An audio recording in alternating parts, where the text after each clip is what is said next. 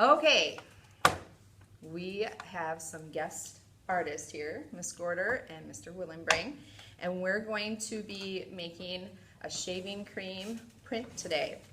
So we'll be doing this on artist trading cards, but the first thing we do is put some shaving cream down. You want to do that? Mm-hmm.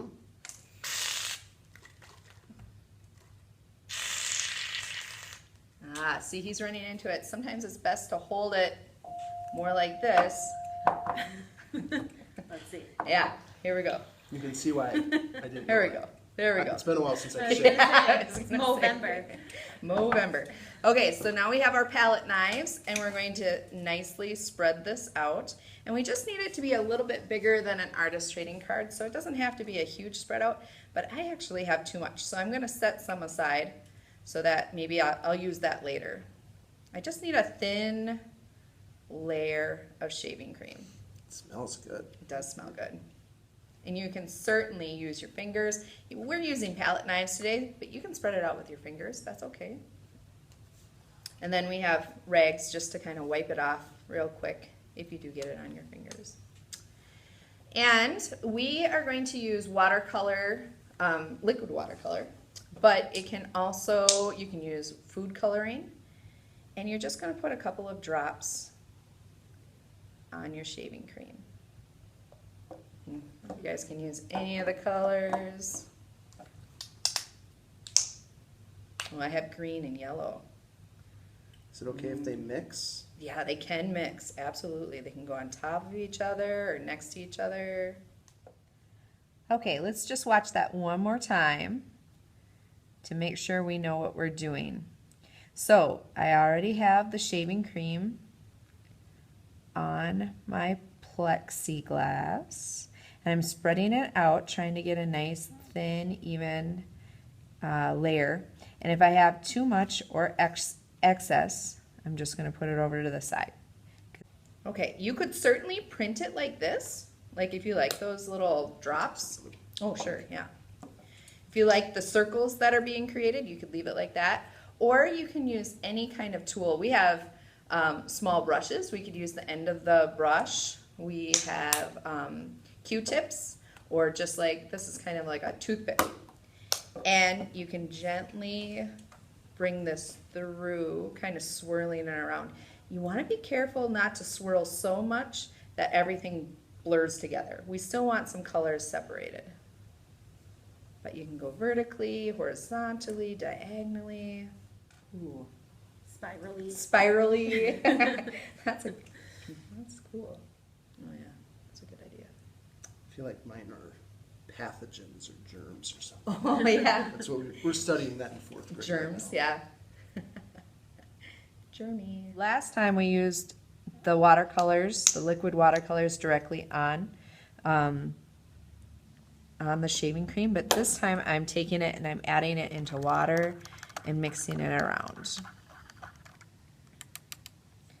There's lots of different ways to apply this, but this is one way that I like to apply it, by taking the watercolor and tapping it onto the shaving cream. So I'm taking a brush and just tapping the brush. The change that we will see by using water in with our watercolor is that it will be a lighter pigment. It'll show up lighter. If we want to, we can still swirl it around. And we could also add that and then come back in, adding a couple of drops of the more intense color and swirling that around. I like what Miss Gorder did with her swirl. So now we'll each take a piece of paper, and today we're using watercolor paper. You want something a little bit more substantial than like copy paper. But we're going to take and place this directly on the art that we just made and kind of let our fingers dance over the top to make sure that all parts of our card have touched the shaving cream. So nice and gentle, huh? Yeah, pretty gentle.